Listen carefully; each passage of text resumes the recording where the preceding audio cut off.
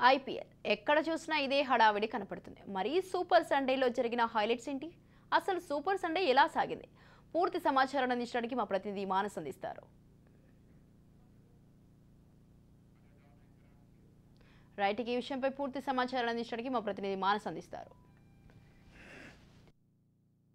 IPL season 17లో super Sunday చాలా ఉత్కంఠంగా సాగిందని చెప్పుకోవాలి. ముఖ్యంగా చూసుకున్నట్లయితే మొదటి మ్యాచ్లో రాజస్థాన్ రాయల్స్ పూర్తిగా వన్ సైడెడ్ మ్యాచ్ని అయితే నెలకొల్పిందని చెప్పుకోవాలి. ముఖ్యంగా లక్నో సూపర్ జైంట్స్ ఎక్కడా కూడా రాజస్థాన్ రాయల్స్కి అటు బ్యాటింగ్లోనూ ఇటు బౌలింగ్లోనూ కనీస పోటీని కూడా ఇవ్వలేకపోయింది. అయితే రాజస్థాన్ రాయల్స్ కెప్టెన్ సంజు శాంసన్ చేసిన అర్ధశతకం మరొకసారి ఒక కొత్త రికార్డుని కూడా నెలకొల్పాడు. ఈ అర్ధశతకంతో 2017 నుంచి 2024 వరకు వరుసగా జరిగిన ప్రతి సీజన్లో ఆడిన మొదటి మ్యాచ్లో అర్ధశతకాన్ని నమోదు చేసి వరుసగా 5 సీజన్లలో మొదటి మ్యాచ్లో అర్ధశతకాన్ని నమోదు చేసిన ఏకైక రాజస్థాన్ బ్యాట్స్మెన్గా కూడా రికార్డుని నెలకొల్పడం జరిగింది. అయితే ఈ మ్యాచ్లో రాజస్థాన్ విజయం సాధించగా మరొక మ్యాచ్లో ముంబై ఘోర పరాజయాన్ని నమోదు చేసుకుంది. గుజరాత్ టీం చేతిలో ముంబై ఘోర పరాజయాన్ని అయితే నమోదు చేసుకుంది. అయితే 2012లో చెన్నై సూపర్ కింగ్స్ మీద గెలిచిన మొదటి మ్యాచ్ తర్వాత ఈ రోజు వరకు ఏ సీజన్లో కూడా ఆడిన మొదటి మ్యాచ్లో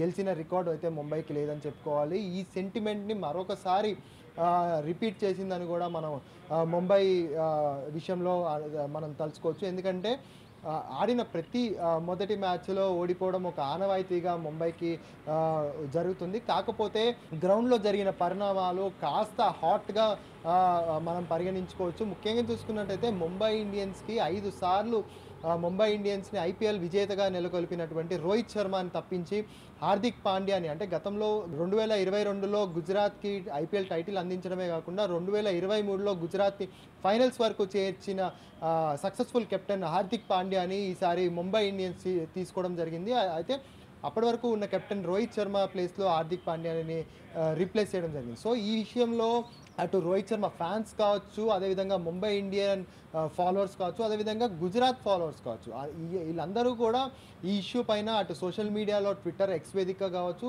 ఇన్స్టా వేదికగా అనేక పరమైన ఫ్యాన్ వార్స్ కూడా జరిగినాయి. సో ఈ నేపథ్యంలో మొదటి మ్యాచ్ గుజరాత్కి ముంబైకి జరగడంతో గ్రౌండ్ అంతా కూడా చాలా హాట్గా కనబడడం జరిగింది. అయితే ముఖ్యంగా చూసుకున్నట్టయితే హార్దిక్ పాండ్యాకి అంటే నెటిజన్ల నుంచి కూడా భారీ స్థాయిలో విమర్శలు అయితే వ్యక్తమవుతున్నాయి. అయితే ముంబై సెంటిమెంట్ ని ఎవరు పట్టించుకోకుండా గత కొన్ని సీజన్లుగా ఆడిన ప్రతి సీజన్లో మొదటి మ్యాచ్ ఓడిపోతూ వస్తుంది ముంబై. కానీ ఆ సెంటిమెంట్ హార్దిక్ పాండ్యా కెప్టెన్సీ మారడం వల్ల ఆ సెంటిమెంట్ అయితే ఎవరు పట్టించుకోవడం జరగడం లేదు.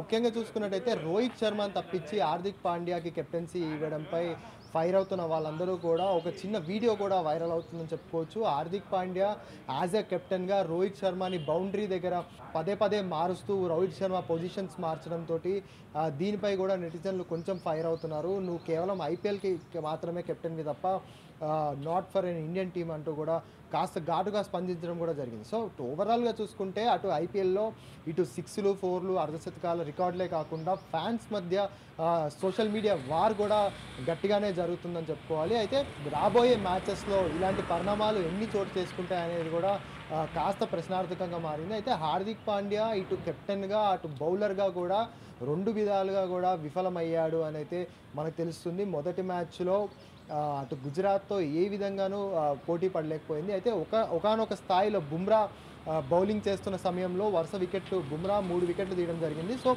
ఆ రోహిత్ శర్మ కూడా 43 పరుగుల్ని నమోదు చేయడం జరిగింది. సో వీళ్ళిద్దరి ఆట తీరుతో ముంబై కాస్త గట్టెక్కుతుంది. ముంబై ఖచ్చితంగా మొదటి మ్యాచ్ సెంటిమెంట్ని తప్పించుకుంటుంది అనేది కూడా ఫ్యాన్స్లో ఒక నమ్మకం అయితే ఏర్పడింది. కాకపోతే ఆ నమ్మకాన్ని ఎక్కడా కూడా నిలబెట్టుకోలేకపోయారని చెప్పుకోవచ్చు.